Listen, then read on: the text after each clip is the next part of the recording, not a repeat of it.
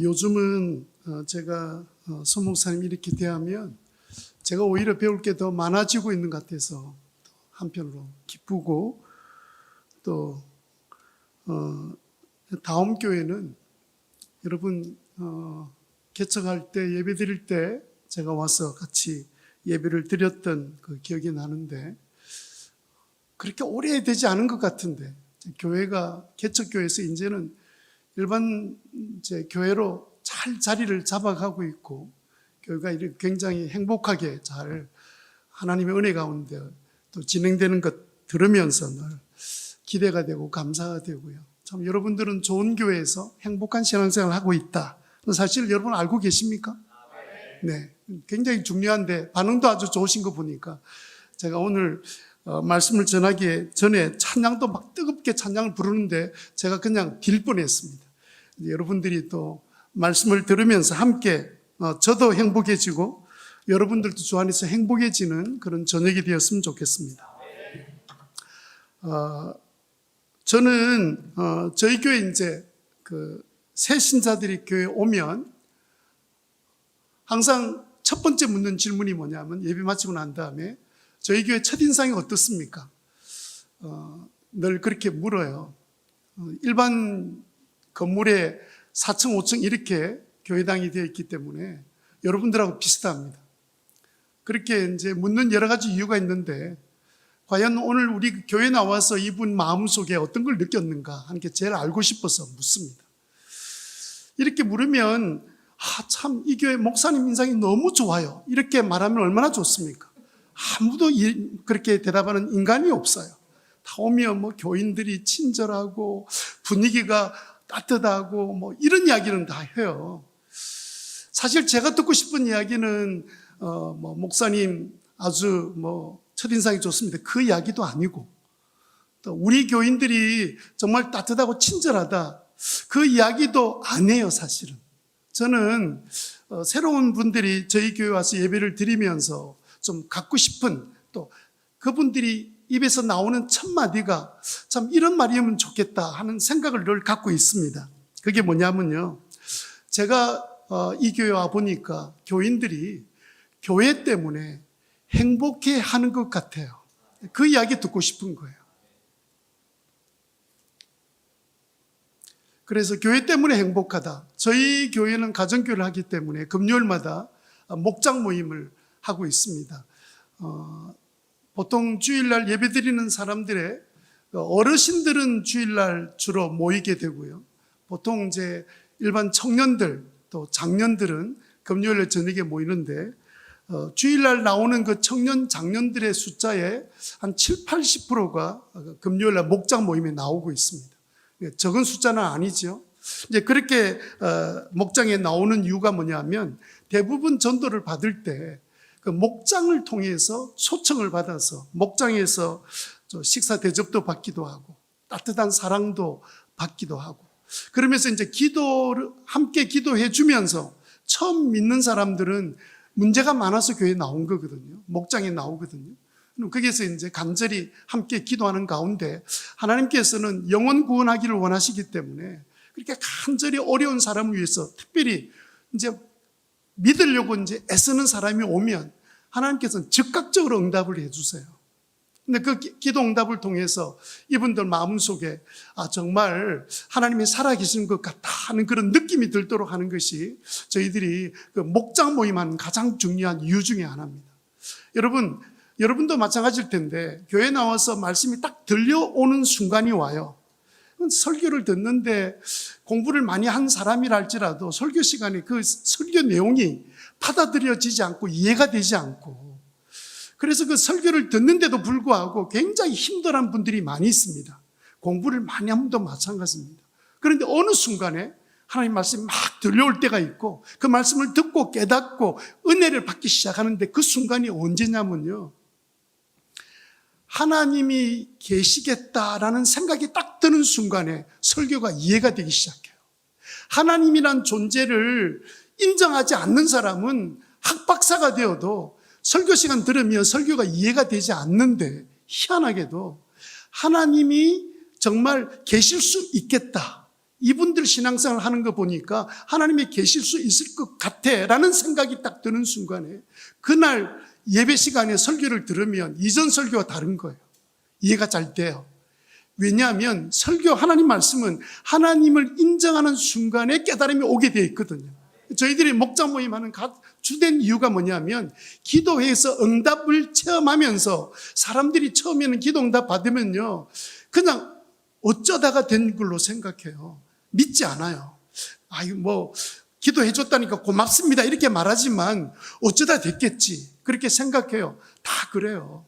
그런데 이제 2번, 3번, 4번 기도 응답을 목장을 통해서 체험하고 나면 그때 드는 생각이 뭐냐면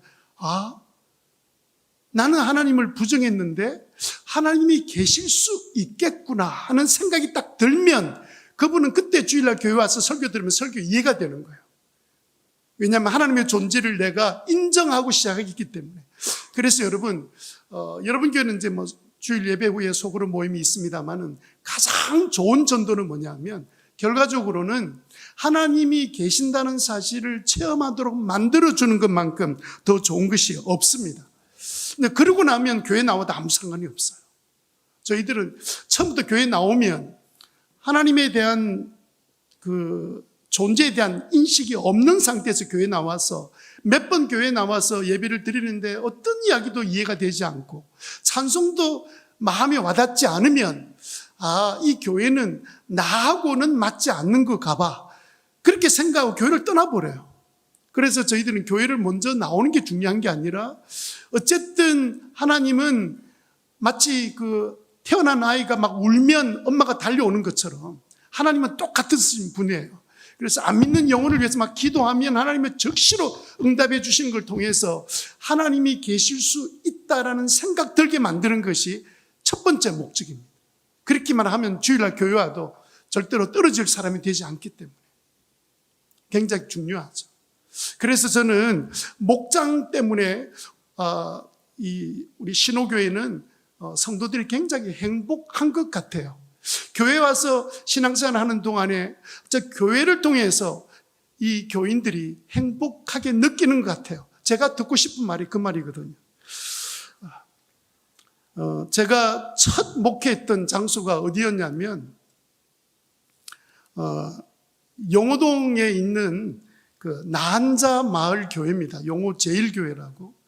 제가 이제 신학대학 3학년일 때 저는 이제 고등학교 졸업하고 직장 생활하다가 군대 가서 제대하고 그 다음에 신학교로 들어갔습니다. 3학년쯤 되었을 때 그때 용호 제일교회, 성도 제일교회 아니고요. 용호 제일교회라는 교회 목사님이 저기를 찾아오셨어요.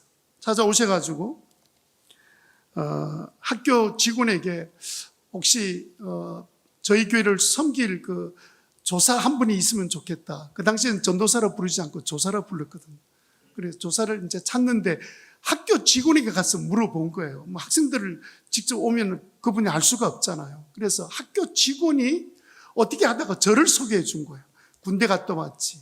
결혼도 최근에 했지.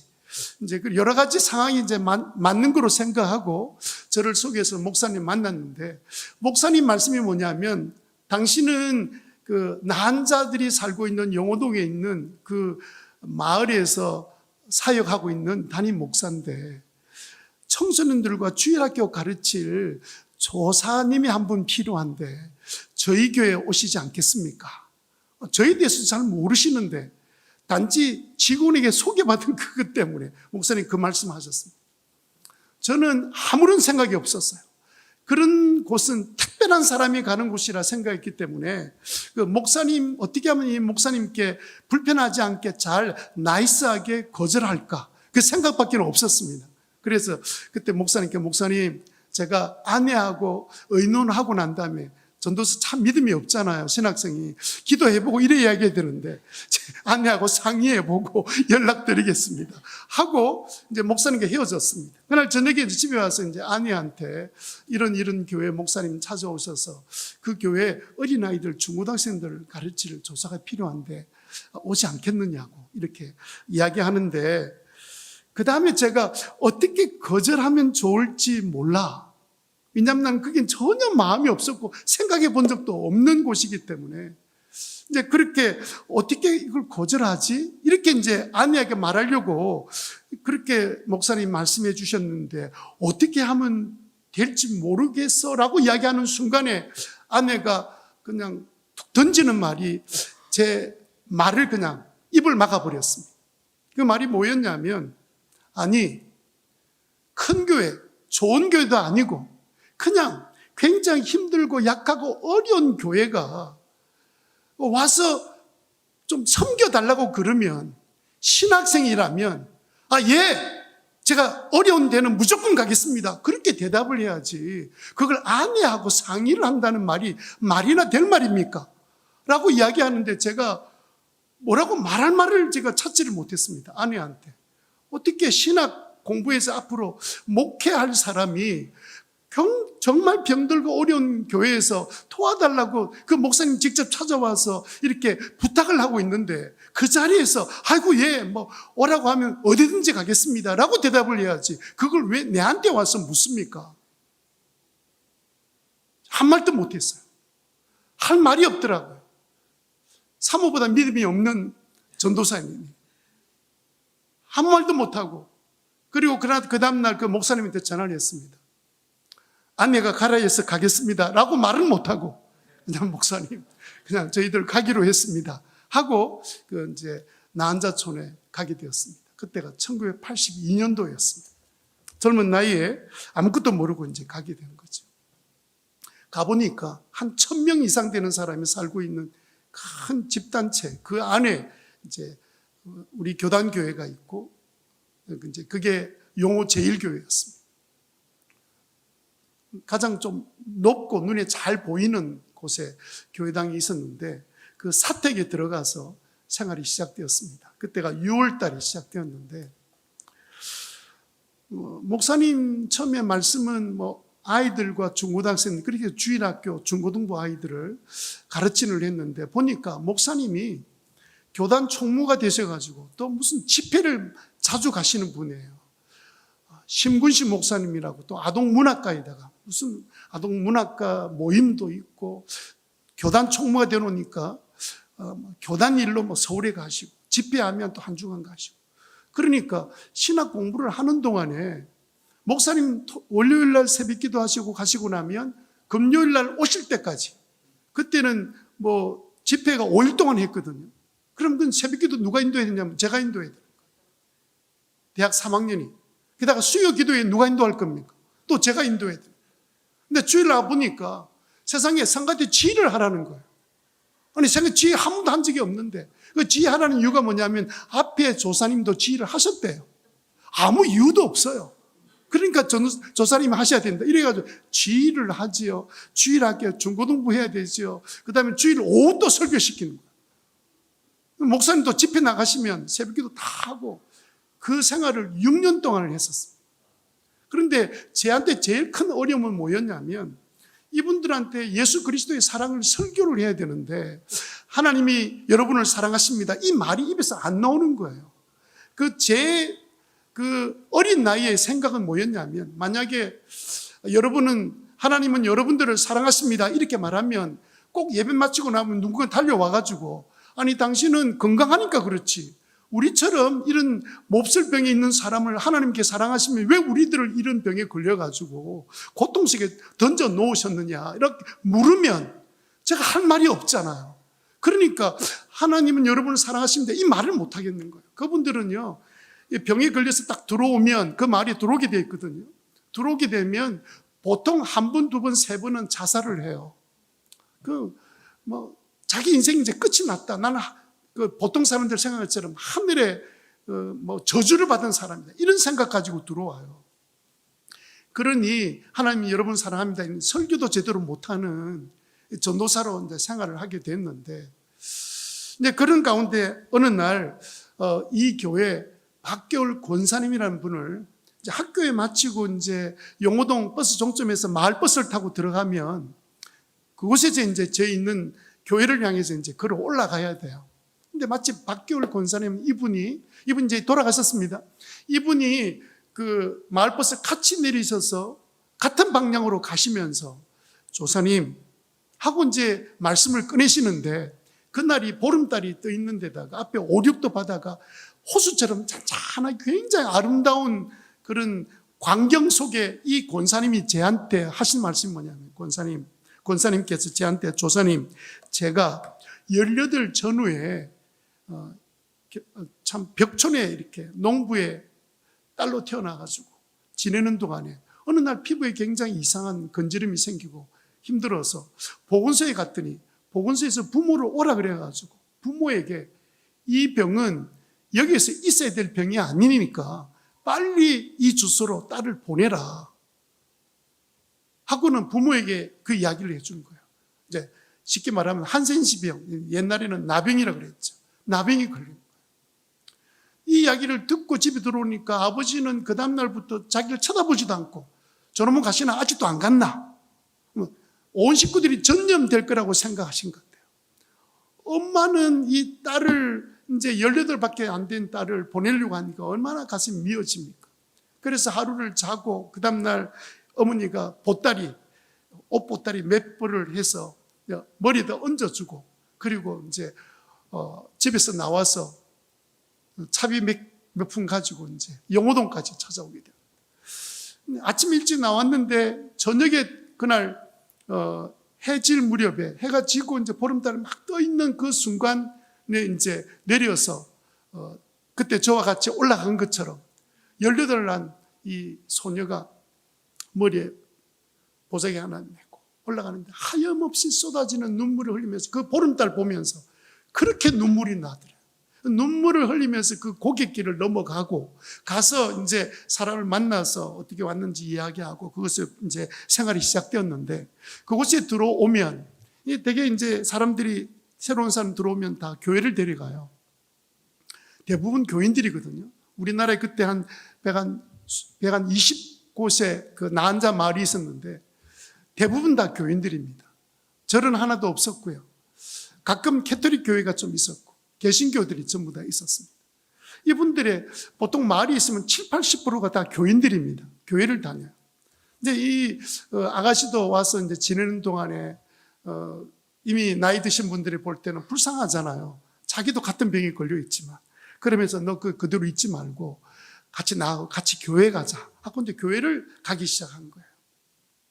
교회를 다니면서 이제 교회를 그 나이 될 때까지 한 번도 교회라는 단어를 들어본 적이 없는, 아주 벽촌에 살다가 교회라는 곳에 가서 듣지 못했던 뭐 하나님 이야기도 듣고 찬송도 부르기 시작하고 기도하면서 이제 세월을 보내게 되었는데, 그러다가 이 양반이, 이 권사님이 예수님을 이제 믿게 되고 믿음을 갖게 된 거예요.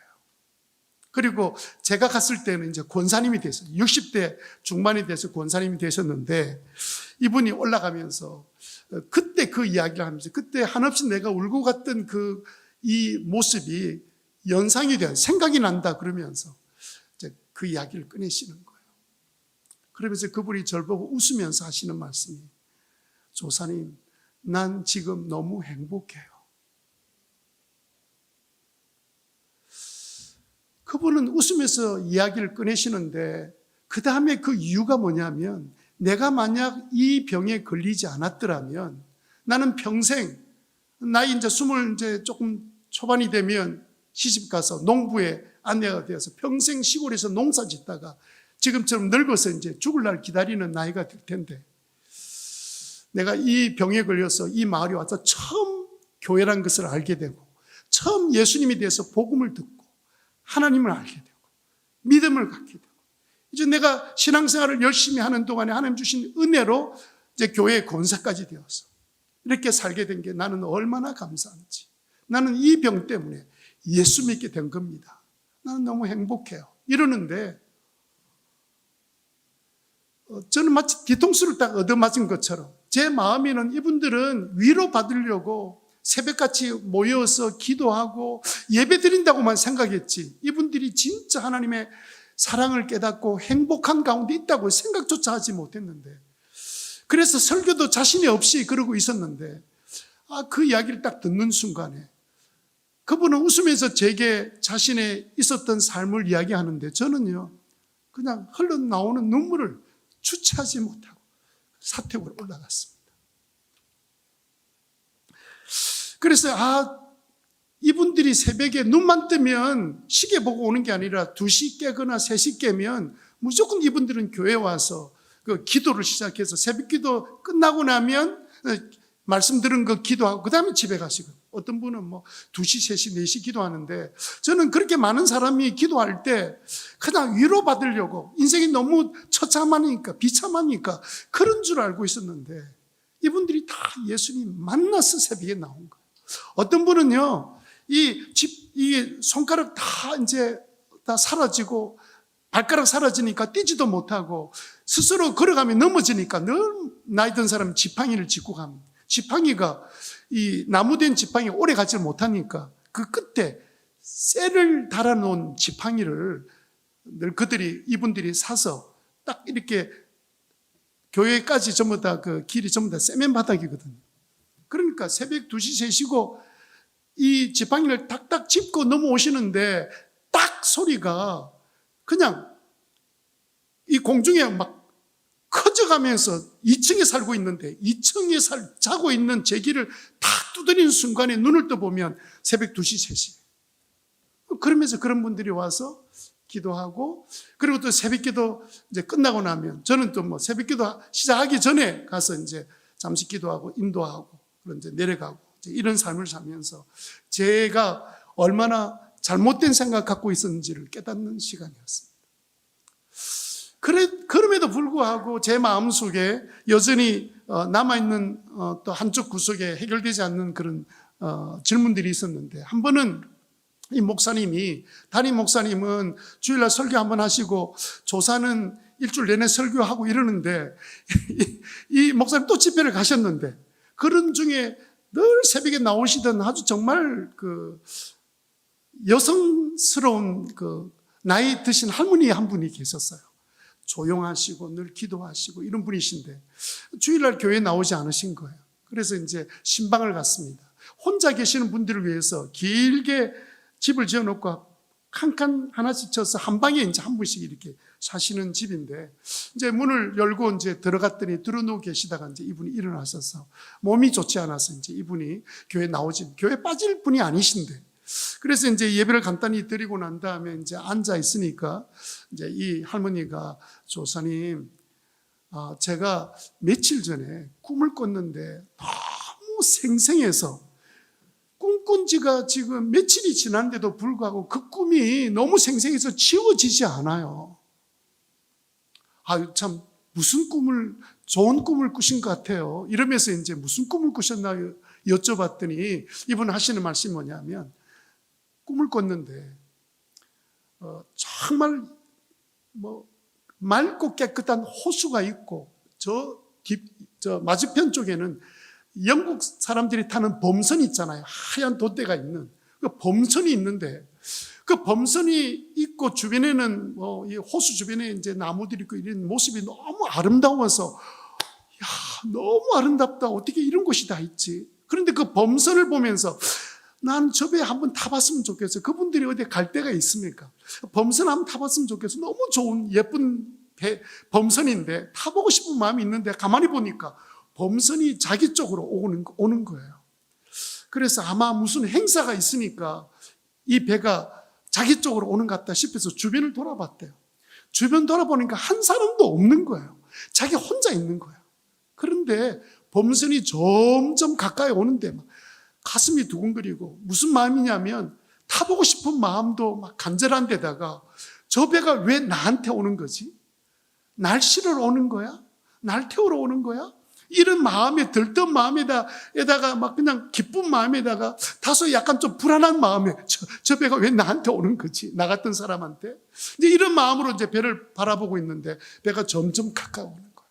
마음에는 마치 처녀 마음처럼 막 가슴이 둥 뛰면서 나도 저 배에 이제 탈 수 있겠구나. 이런 마음을 막 갖고 있는데 깨보니까 꿈이었는데, 그 꿈이 얼마나 생생한지 며칠 지나는 동안에도 마치 지금 조금 전에 본 것처럼 너무 생생하더라는 거예요.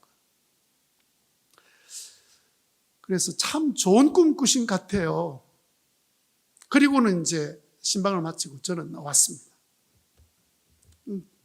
제가 꿈 해몽할 수 있는 능력 있는 것도 아니고 아무것도 그냥 말씀해 드릴 것도 없고 해서 이제 젊은 조사가 무슨 이야기를 하겠습니까? 이야기 말씀 드리고 나왔습니다.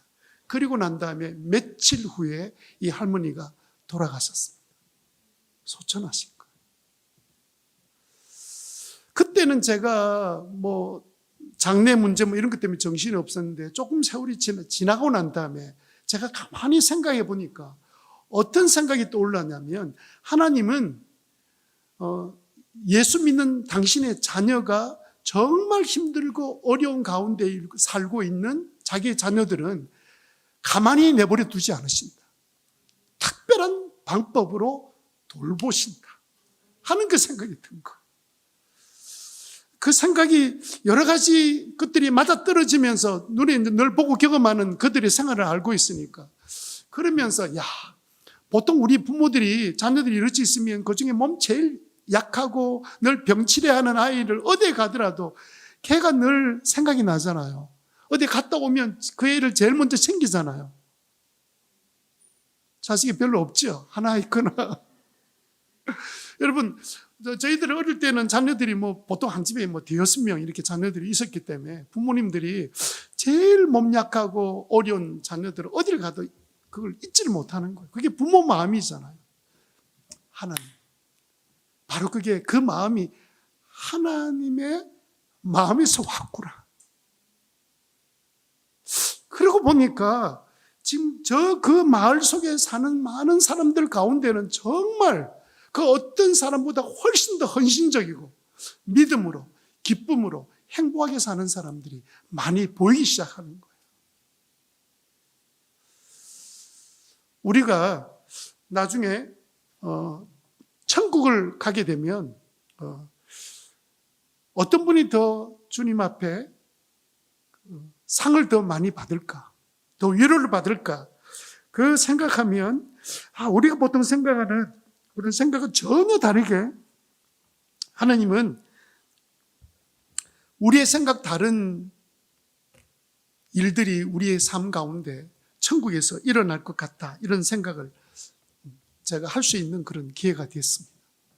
제가 좀 철이 들었던 데가 언제였냐면 바로 그 마을에서 조금 사람이 됐어요. 여러분들은 왜 예수님을 믿으시죠? 여러분 예수를 믿는 이유가 뭡니까?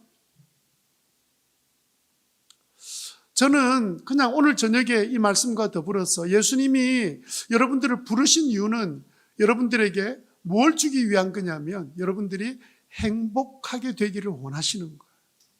여러분의 삶이 어떻든 상관없이 하나님은 여러분들이 행복하기를 원하는 마음 때문에 여러분들을 부르셨고 예수 믿게 해주셨고 특별히 이 좋은 분위기 가운데 다옴교라는 공동체에 여러분 불러주신 거예요.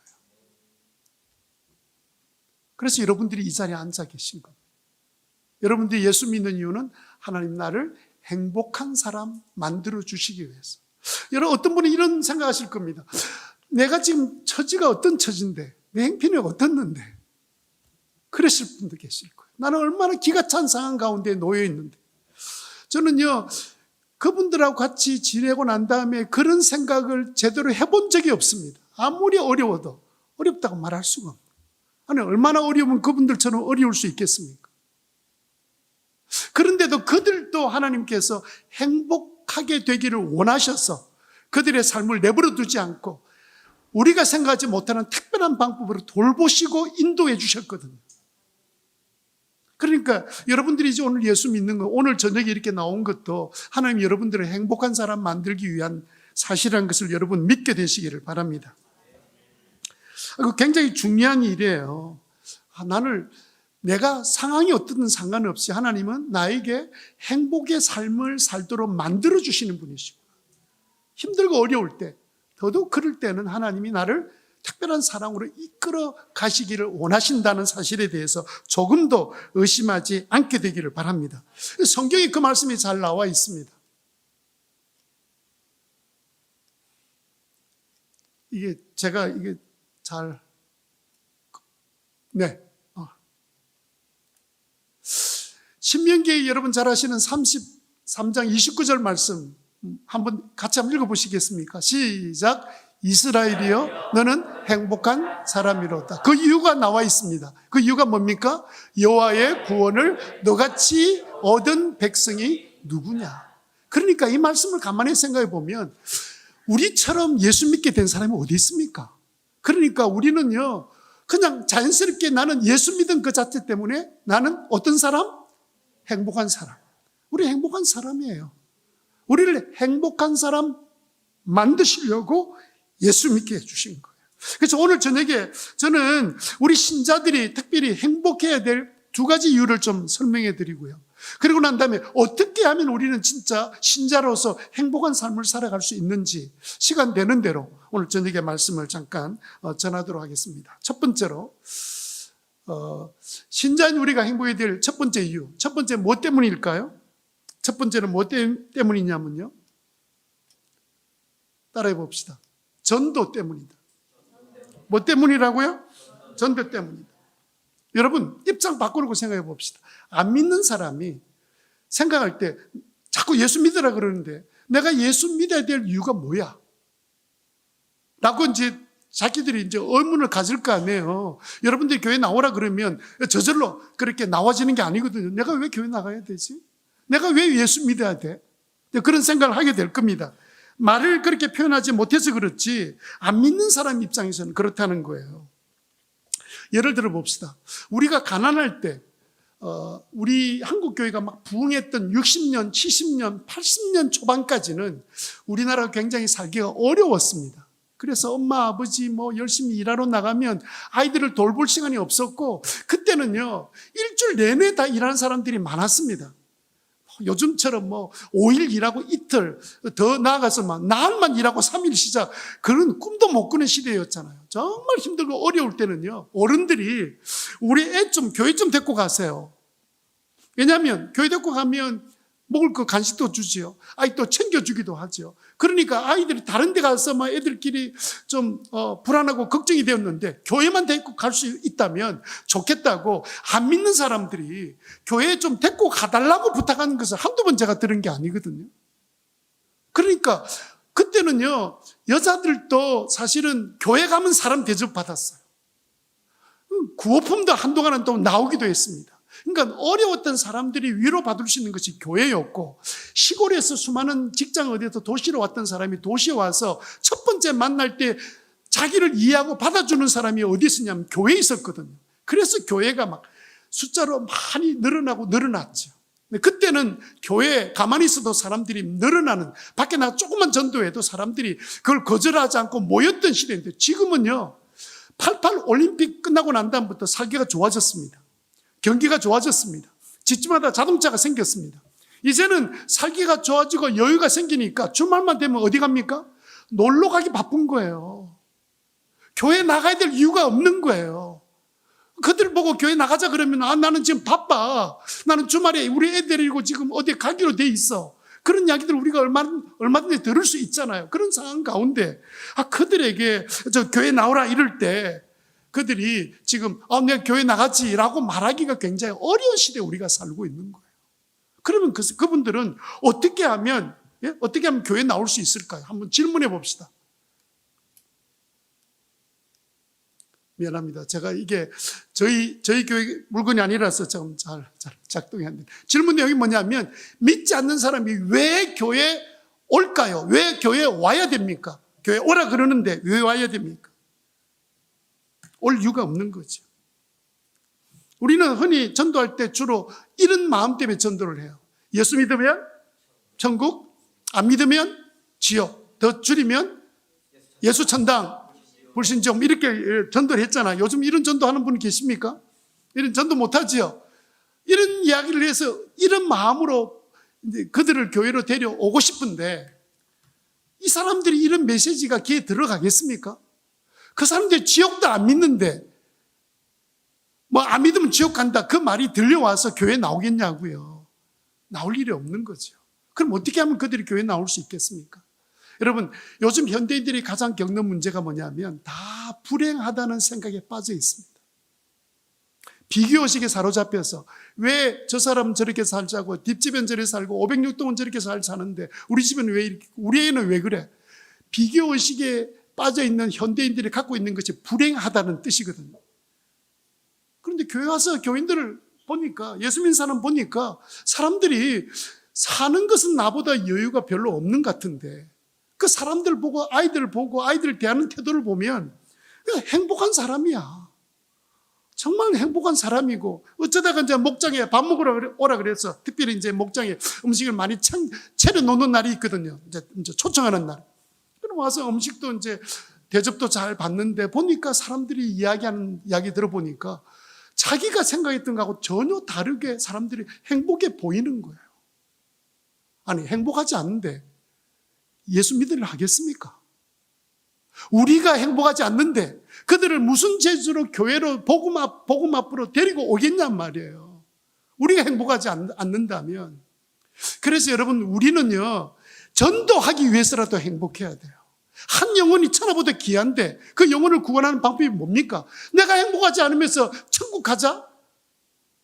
그게 논리적으로 설득이 되겠습니까? 그러니까 여러분, 우리는 행복이 될 이유가 뭐냐면 다른 데 있는 것이 아닙니다. 이 복음, 이 예수 믿는 이 복음을 정확하게 전해주려면 내가 행복해야만이 전도가 가능한 시대에 우리가 살고 있기 때문에 그래요. 앞으로 전도하기가 더 쉬울까요? 어려울까요? 네, 더 어렵죠. 그런데 여러분, 정말 쉬운 방법이 있습니다. 우리가 예수 믿는 우리 자녀들과 함께 정말 예수 그리스도 안에 참된 행복 가운데 살아가는 삶을 계속 누리게 되면 갈수록 세상은 불행해질 겁니다. 그리고 우리는 더 구별이 될 거예요. 저 예수 믿는 사람은 우리하고 달라. 종류가 다른 거야. 우리가 한참 교회가 부흥할 때 늘 그런 이야기 들었습니다. 예수 믿는 사람 말은 믿을 수 있어. 그때가 60년대, 70년대는요. 세상 사람들이, 예수 믿는 사람들이 말하면 다 믿었어요. 요즘은 많이 달라졌습니다만. 예? 그러니까 요즘 사람들이 다 불행에 빠져 있습니다. 그럼 전도하기 가장 쉬운 때가 우리에게 온 거예요. 초대교회 때 복음이 그렇게 쉽게 전파될 때, 그때는요, 예수 믿으면 감옥에 갇히기도 하고 때리기도 하고 죽이기도 했는데도 불구하고 복음이 막 확산이 되고, 그 다음 313년 로마 국교가 됐던 이유가 뭡니까? 크리스찬들의 삶이 달랐거든요. 행복했거든요. 그래서 그 당시에 처녀가 없던 당시에 예수 믿는 집안에 처녀들만 있었기 때문에 그 귀족들이 크리스찬 가정에 그 며느리를 받다는 이야기가 있잖아요. 그렇게 해서 예수 복음이 전거되는 역사가 일어난 것처럼 우리도 행복해지면 우리는 전도할 수밖에 없습니다. 또 행복할 때 전도가 되는 거죠. 제가 한 분, 대사님 한 분 소개를 해드릴 텐데, 네, 오행겸 대사님, 이름 좀 특이한 분이죠. 이분이 벨기에 대사로 계실 때 EU 전체 대표 대사의 역할도 감당했던 분입니다. 이분이 대사로 있기 전에, 바로 직전에 어디 계셨냐면 미국 휴스톤이라는 곳에 영사로 계셨습니다. 영사와 대사는 직급이 달라요. 영사관의 영사로 계시는데, 영사의 주 업무는 뭐냐면 한국 국민들이 어떻게 안전한가, 그들의 필요가 무엇인지를 채워주는 일이 주된 일입니다. 그래서 이분이 영사로 있을 때 늘 하던 일이 뭐냐면 어떤 한국인들이 모이는 모든 모임에 다 참석했습니다. 가서 정부가 원하는 내용들을 전달도 하지만 그들을 위로하고 격려하고, 이민생활은 굉장히 어렵거든요. 바쁘고 정신이 없거든요. 그래서 이분이 하는 일이 늘 한인들 모임에 찾아가서 정신없이 그 일을 했는데, 그런데 이분이 갈 때마다 보니까 미국에 사는 사람들이 얼마나 정신이 없고 바쁘고 삶이 팍팍한지, 얼굴들이 늘 가보면 긴장이 돼 있고 서로 이렇게 좀 경계심이 있고 그냥 의심이 있고, 이렇게 막 얼굴에 확 펴 있는 사람이 잘 없는데, 가끔 보면 얼굴에 확 펴 있고 그냥 사람이 편한 사람이 있는 거예요. 이야기해 보면 말이 굉장히 긍정적이고 사람이 다른 거예요. 저 사람 좀 다르다. 대부분 사람들은 지금 뭐 그냥 이 모임에 와가지고도 얼굴에는 그냥 긴장이 사라지지 않고 딱딱하고 그냥 뭐 의례적으로 참석하고 별로 재미가 없는데 개중에 꼭꼭 몇몇 사람들을 보면 굉장히 편한 거예요. 참 이상하다. 또 다른 데 가보면 또 그런 사람이 꼭 있는 거야. 한두 사람이. 정말 희한하다. 이 사람들 어떻게 이렇게 편한 사람들이 있지? 근데 이분이 영사님 볼 때는 사람들이 굉장히 좀 행복하고 마음이 편해 보이는 거예요. 그래서 그 생활을 계속하는 동안에 가는 데마다 눈에 보이는 사람들, 이제 시간 좀 지나면 대충 누군지 알잖아요. 그 사람들을 자기가 볼 때 늘 편안하게 보였던 사람들이 누군지 주변 사람들을 물어가면서 그들의 공통점을 딱 끄집어내어서 딱 보니까 공통점이 딱 하나 있더래요. 그 공통점이 뭐냐면 휴스턴에 있는 서울교회 교인들이더래요. 휴스턴 서울교회 교인들이 저는 뭐 여러 차례 가서 봤는데 교인들의 행복지수가 좀 다릅니다. 그들의 삶과 헌신의 정도가 보통 교회가 좀 달라요. 우리 교회가 따라갈 수 없을 정도 굉장한 힘을 갖고 있는 교인들. 그 사실을 깨닫고 난 다음에 이 오행겸 이 영사 되시는 분이 고민에 빠진 거예요. 어떻게 저 교회는 도대체 어떤 교회인지 나는 교회를 다니는 사람은 아닌데 어떻게 해서 거기 다니는 교인들은 한결같이 다 편하고 행복하고 사람 만나면 굉장히 긍정적이고 밝고 뭐라도 섬기려고 하고 도와주려고 하는 저 사람들이 있는 교회에 나도 행복해질 수 있다면 난 좀 가보고 싶어. 어떤 교회인지 하고 스스로 이분이 걸어서 휴스턴 설교에 참석해요. 예배 참석한 거예요. 그 예배 참석하면 무조건 새가족 오면 13주 생명의 삶 공부를 해야 되거든요. 그래서 이분이 가서 생명의 삶 공부 13주 자기가 그렇게 바쁜 생활인데도 불구하고 가보니까 그 모임에 가지 않으면 안 되게 돼 있더라고요. 그래서 목장 모임에 참석하고 생명의 삶 들어가서 공부를 하고 13주를 그 바쁜 중에 숙제 다 내고 이제 과정을 다 마쳤습니다. 예수님 영접하는 모임에 예수님 영접했습니다. 그분이 크리스찬이 된 거예요. 크리스찬이 됐던 이유가 누가 전도해서 된 게 아닙니다. 자기 스스로 볼 때는 이 교인들이 너무 행복해 보이는 거예요.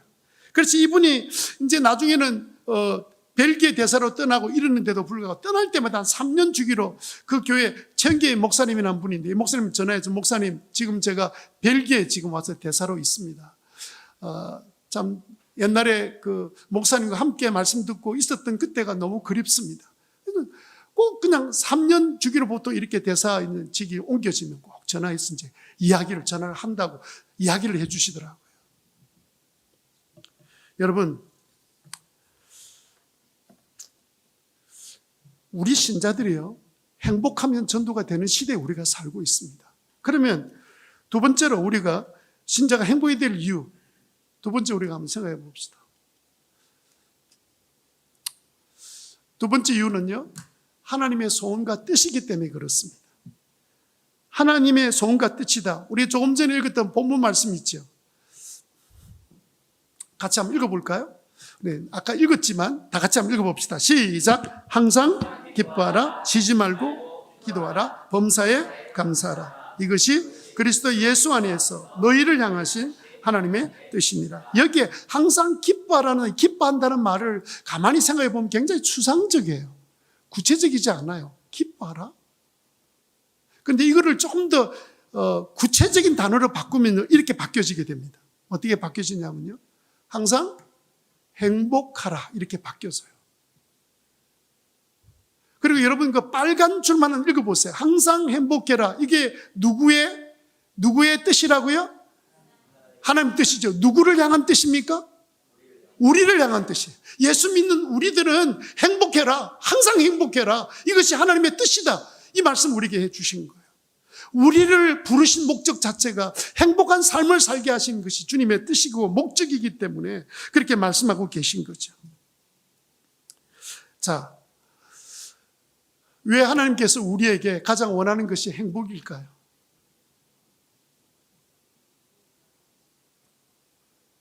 우리가 행복해지기를 원하시는 이유가 뭡니까? 그건 간단해요. 하나님 우리 아버지이기 때문에 그래요. 하나님의 아버지이시기 때문에 우리 자녀들인 우리들이 행복해지기를 원하시는 거예요. 여러분, 쉽게 그냥 설명하면 이런 겁니다. 우리 부모들이 자녀들이 가장 원하는 게 뭐예요? 공부 잘하는 것. 서울대, 혹시 그렇게 말씀하실지 모르겠는데, 그런 부모들과 자녀들은 참 불행합니다. 서울대 들어갔다고 다 행복한 거 아닙니다. 진짜 우리 부모들이 자녀들에게 가장 원하는 게 뭐예요? 우리 자녀들이 행복해지게 되는 거죠. 행복해지기를 가장 원할 거예요. 왜요? 부모니까.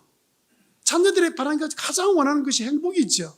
여러분, 보통 자녀들이 여럿 있는 자녀들이 막 서로 형제간에 사이도 별로 좋지 않고 모이면 자꾸 싸우고 뭐 이렇게 하는데, 부모님, 아버님, 어머니 생신이 되면 그냥 좋은 선물을 사오고 막 이렇게 자녀들이 모여서 음식도 장만하고 잔치를 하잖아요. 그럴 때 마음이 불편한 부모님이 하시는 말씀이 뭡니까? 얘들아, 나 이거 선물, 나 이거 편한 것 아니야. 내가 원하는 거는 너희들끼리 좀 사이좋게 지내는 것, 그게 내 소원이야. 부모가 볼 때는 잘 살든 뭐 어떻게 살든 형제 간의 사이가 안 좋은 것이 불행하게 보이는 거예요. 이 마음이 어디서 왔겠습니까? 하나님 아버지의 마음에서 온 거지요. 보통 우리의 마음이 다 하나님으로부터 온 거거든요. 우리 부모의 마음은 어디에서 왔냐고요? 하나님 아버지의 마음에서 왔으니까. 우리 부모들이 자녀들이 행복하기를 원하는 거잖아요. 공부를 시키는 이유도 자녀가 더 행복해지기를 바라고 공부시키려고 애쓰고 노력하는 것 아니겠습니까? 저희들은 금요일마다 목장 모임을 통해서 우리끼리 모이는 것을 추구하는 게 아니고, 우리도 교제하고 기도하고 하나님의 은혜를 누리지만 안 믿는 사람을 전도하는 가장 좋은 관계 전도이기 때문에 우리는 그 일을 하고 있고, 성경에도 보니까 집집마다 모이고, 그리고 주일날이나 안식일은 성전에서 모였다는 성경 구절 때문에 우리는 그 성경대로 하자. 그래서 지금 금요일날은 목장 모임, 가정에서 모이고, 주일날은 교회에서 이렇게 모이고 있습니다. 어떤 딸 둘이 갖고 있는 자매가 신앙생활을 하고 있는데, 남편이 전도를 해도 잘 예수를 안 믿는 거예요. 이 남편이 이런 직장 갔다 오면 그냥 나 피곤하다 아무것도 말도 하지 마라. 그냥 혼자. 근데 딸이 둘인데, 예쁜 딸이 둘인데도 불구하고 딸 보는 것도 귀찮아하고 혼자 자기 세계에 빠져가지고 일하고 집에 들어와서 부엌일 도와주는 거는 기대할 수도 없는 일이고, 늘 그렇게 지내는 게 그 마음에, 자매 마음이 늘 마음이 아파서, 그리고 이 남편을 어느 날 자기가 다니는 목장에 초대를 했습니다. 초대를 해서 같이 음식을 먹고 같이 나이 비슷한 또래끼리 이야기도 하고 교제를 하고 이렇게 지내다 보니까 관계가 조금 좋아지고 아는 사람 알면서 사귀면서 목장이 계속 나오는 시간들이 늘어나기 시작했습니다. 그러면서 남편은 어느 날 교회는 안 나가도 목장 모이면 계속 나오는 거예요. 밥도 같이 먹고 또래끼리 또 비슷하게 또 관심도 가져주고 이러니까 나와서 이야기도 하고 이런데 보니까 우리 가정교회 목장은 전부 다 설거지를 남자가 다 하는 거거든요. 남자들이 설거지 다 하고 그다음에 애들 다 챙겨주고 보니까 자기처럼 하는 아빠가 없는 거예요. 다들 그 남편들이 자기 애 챙겨주고, 그 어른들 모임할 때 애들끼리 모임을 잘할 수 있도록 돌봐주고 이런 거 보니까 너무너무 다른 거예요, 자기가. 사람들은 누가 가르쳐서 배우는 게 아니고 보고 배우는 거잖아요. 그래서 계속 목장에 다니면서 남편이 조금씩 바뀌어지기 시작했어요. 집에 오면 전에 다르게 아내 설거지할 때 좀 도와줄까? 설거지도 도와주고, 애들하고 좀 같이 이야기도 하고. 한 번은 아내가 부엌에서 설거지하고 있는데 딸 둘이하고 아빠하고 웃는 소리가 들리는데 보니까 세상에 딸 둘이하고 아버지가 레슬링을 하는데, 딸 하나를 밑에다 아버지가 깔아 뭉개고, 그리고 또 딸 하나는 뒤에 아버지 등에 타가지고 매달려 이렇게 씨름하고 있으면서 저들끼리 웃고 난리가 난 거예요. 돌아보고 그 모습을 보는 순간에 그 자매의 눈에서 눈물이 확 쏟아진 거예요. 무슨 눈물일까요? 행복한 눈물이죠. 전에는 애에 관심도 없었던 남편이 이제는 자기를 돕기도 하고, 서서히 교회 목장에 나가서 좀 영향을 받아 도움을 받고 이렇게 교제하는 동안에 어느 순간에 애들하고도 잘 지내는 남편의 모습을, 그렇게 자기가 원했던 그 모습을 보는 순간에 눈물이 나는 거죠. 그런 마음이 어디서 나오겠습니까? 하나님 마음이죠. 그렇죠? 하나님 마음이죠. 여러분, 우리는 두 가지 이유 때문에도 분명히 행복해야 합니다. 저 몇 분까지 해야 되는 거죠?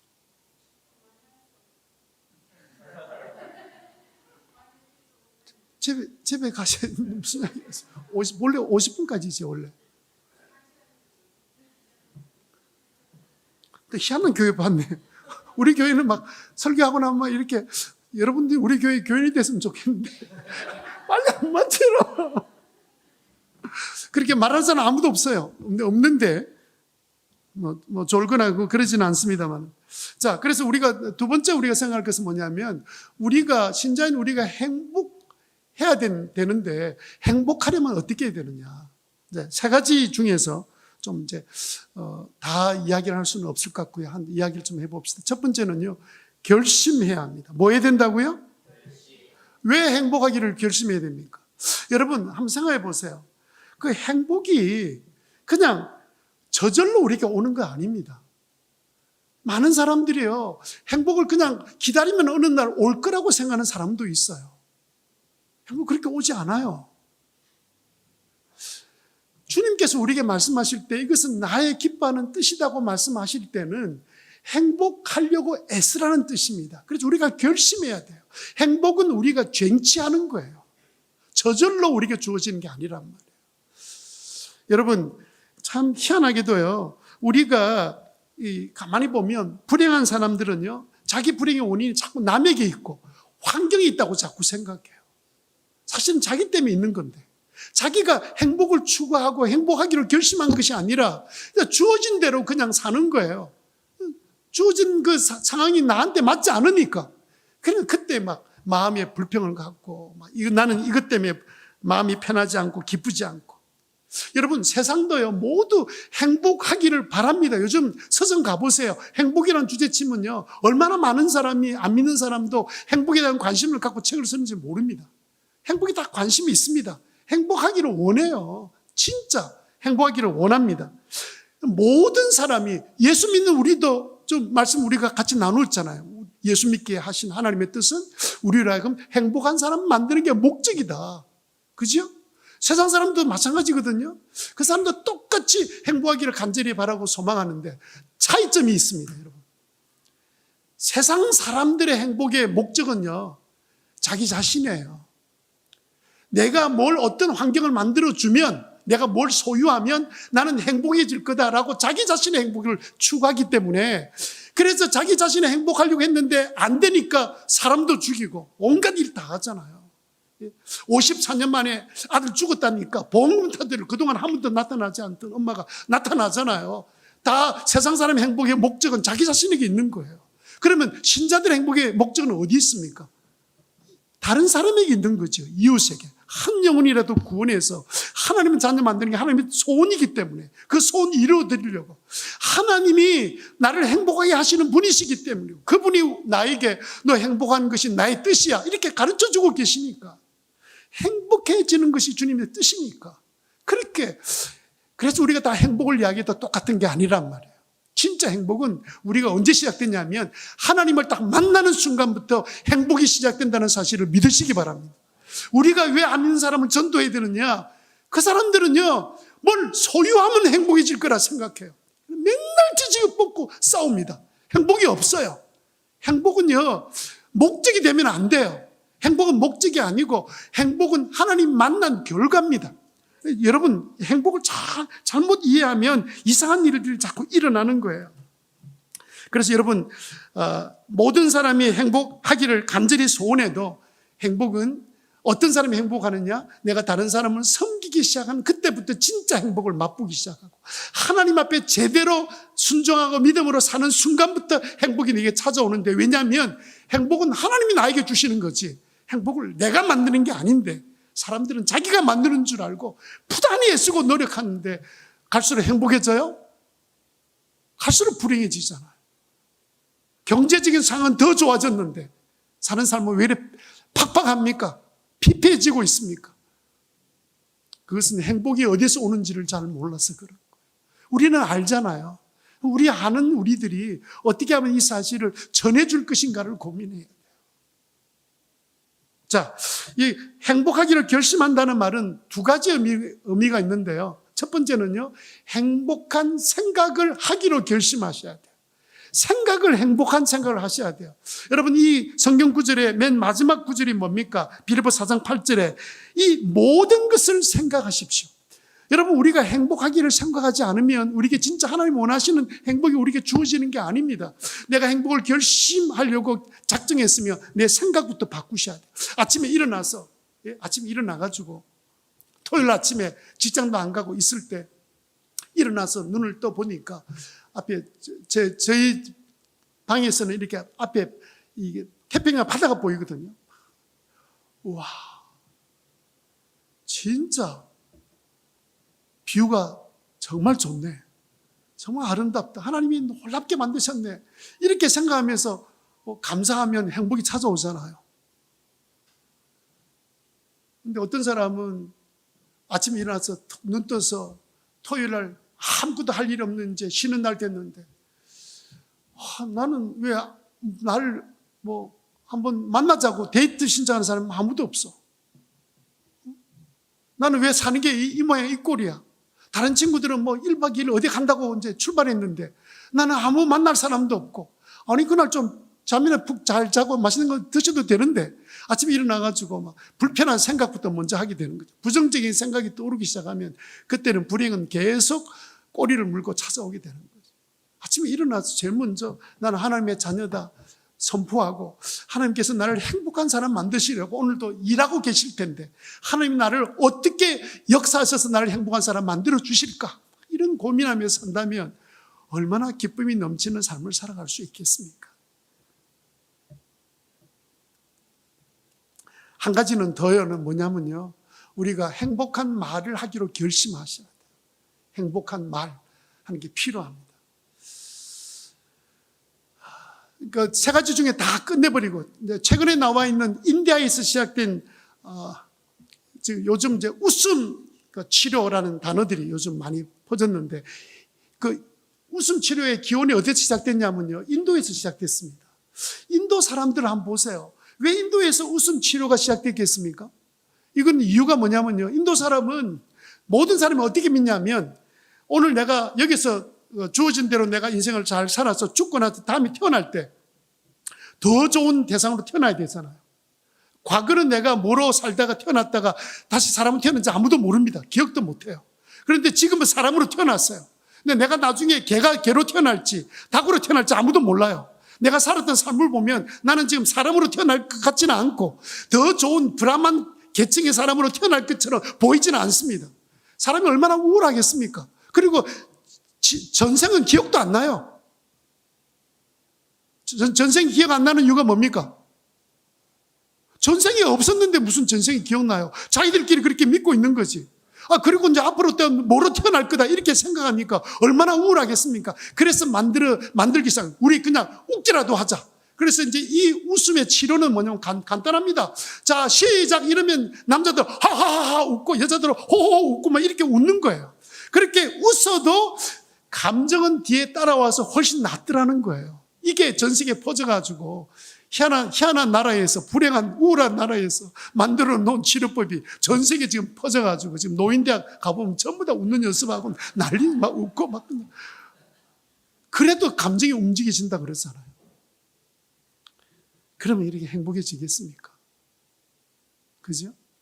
사실은요, 성령께서 우리를 치료하셔야 되는데 우리에게 감사와 우리가 다른 사람에 대한 배려하는 마음, 친절한 마음이 우리 마음속에 있는 것이 나오기 시작하면 그때 비로소 우리 안에 행복한 말이 나오기 시작하고 감사하는 말이 나올 때 비로소 우리의 말이 바뀌어지기 시작하는 거거든요. 간단하게만 이야기하고 돌아가겠습니다. 목사님 미안해요. 자, 두 번째로 신자가 행복하려면 두 번째, 둘째는 뭐냐면요,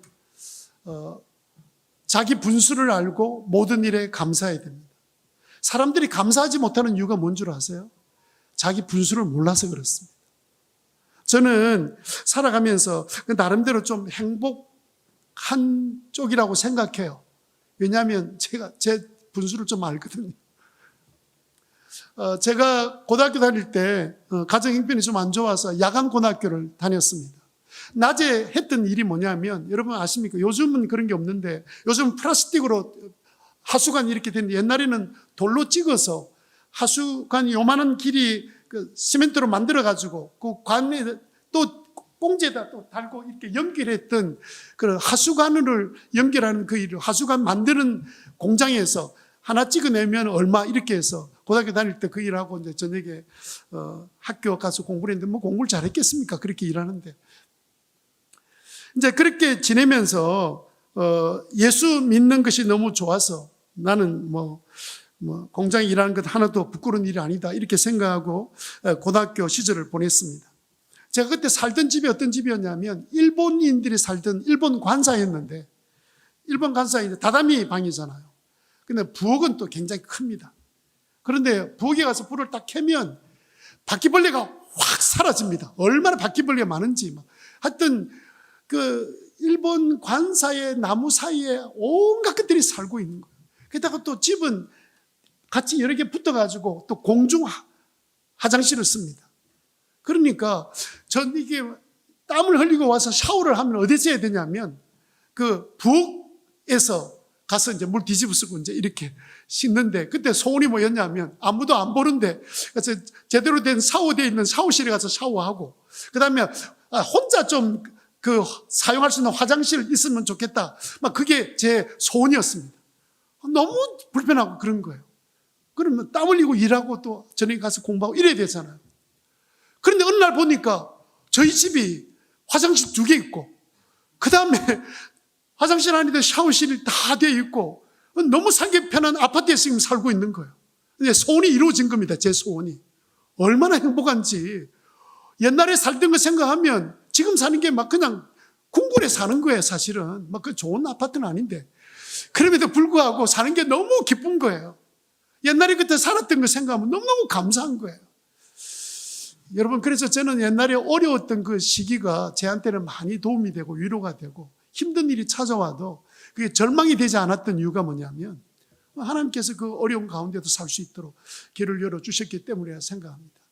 어떤 분은요, 어떤 자매들이 모여가지고 이야기하면서 누구누구 남편 너무 멋있어, 잘생기고 돈도 잘 벌어주고 나이스하고 애들 잘 돌보고 저런 남자하고 결혼하면 참 좋을 텐데, 결혼한 사람이 이제 그런 이야기하고 있습니다. 아니, 그런데 그렇게 멋있고 잘생긴 남자가 왜 당신한테 결혼하겠어요? 자기 분수를 알아야지. 사람들이 자기 분수를 몰라요. 너무 남자들 좋아하지 마세요. 남자도 마찬가지지요. 하여튼 보니까 뭐 싹싹한 아가씨가 그냥 말도 예쁘게 잘하고 뭐 일도 잘해가지고 뭐 월급도 얼마나 다른 직원들보다 훨씬 몇 배나 더 많이 벌고, 또 막 그냥 노래도 잘 부르고 막 친절하고, 저런 여자하고 결혼해야 되는, 그런 여자가 왜 당신하고 결혼하겠습니까? 자기 분수를 알아야 되는 거지. 여러분, 우리가 내 자신의 모습을 제대로 좀 이해하고 바라보면 다 모든 것이 다 감사한 거예요. 사실 부부끼리 좀 앉아 계시면 좀 같이 하면 좀 재미있을 수 있는데, 나는 당신이 없이는 못 살아, 이 좀 고백하고 살아야 되는데, 예? 아니 살아주는 것만 해도 고맙잖아요. 예? 집에 가서 한번 연습해 보세요. 당신 살아준 것만 해도 고마워. 사실 우리가요, 나의 삶의 내 분수만 조금만 알아도 그게 감사가 돼. 모든 게 감사가 되거든요. 어느 순간에 자기 분수를 다 잊어버리고 사니까 불행한 거예요. 마지막 한 가지만 더 말씀드리고 이제 정리하겠습니다. 세 번째는요, 셋째는 여러분들 순종해야 합니다. 순종해야 합니다.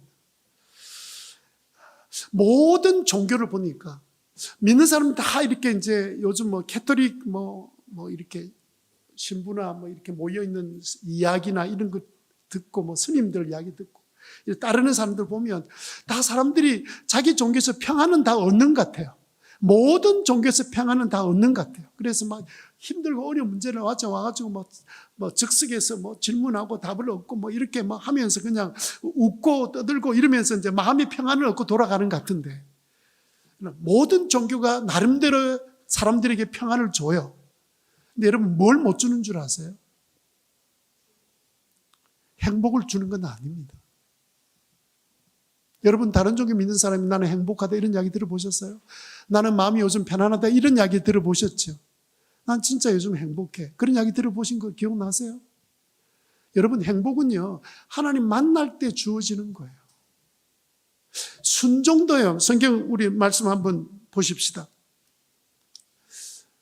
자, 요한복음 14장 21절에 나의 계명을 지키는 자라야 나를 사랑하는 자니, 나를 사랑하는 자는 내 아버지께서 아버지께 사랑을 받을 것이요 나도 그를 사랑하여 그에게 나를 뭐하리라?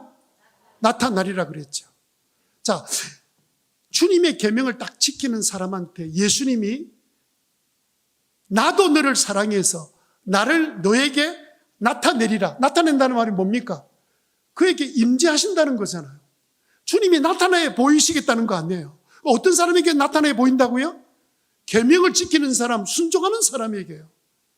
순종하기만 하면, 그 진짜 순종하는 것이 사랑하기 때문에 순종하는 것처럼 하나님도 그 사람을 사랑하고 예수님도 사랑해서 내가 그에게 나타낼 것이다. 헬라 단어를 보면 임재하신다는 뜻이 임재. 그 사람에게 임재한다고요. 순종할 때. 여러분, 그래서 행복은 순종의 상급이에요.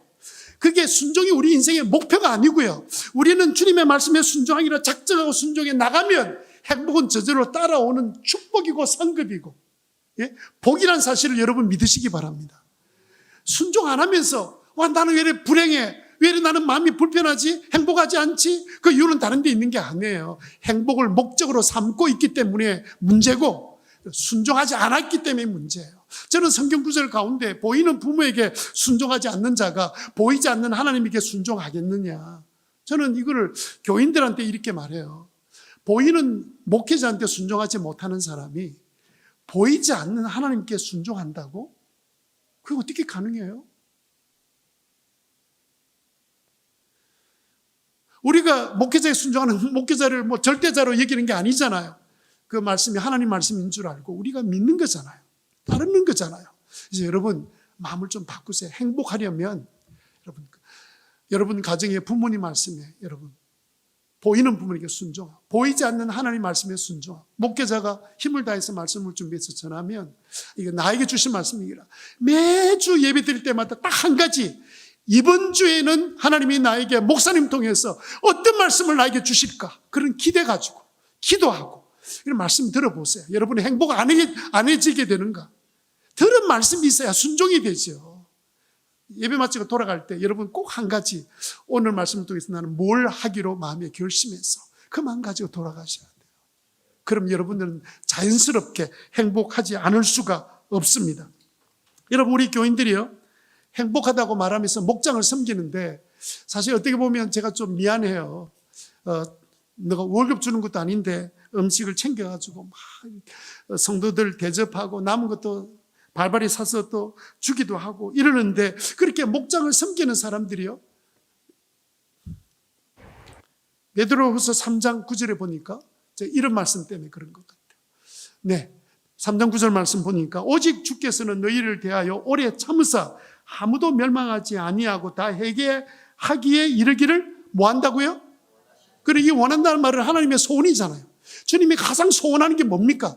한 사람도 멸망하지 않고 다 회개해서 구원받기를 원하시는 것이 하나님의 소원이죠. 그래서 그렇게 그 영혼들을 섬기는 일은 행복을 고백하지 않을 수 없는 일로 주님께서 만들어 주시는 거예요. 다른 영혼들을 섬길 때 우리는 행복을 고백하지 않을 수 없습니다. 여러분, 행복하지 않다면 한번 생각해 보세요. 나는 다른 사람을 한 번이라도 섬긴 적이 있는가 한번 생각해 보세요. 진정으로 다른 사람 필요를 채워준 적이 있었는지 한번 생각해 보세요.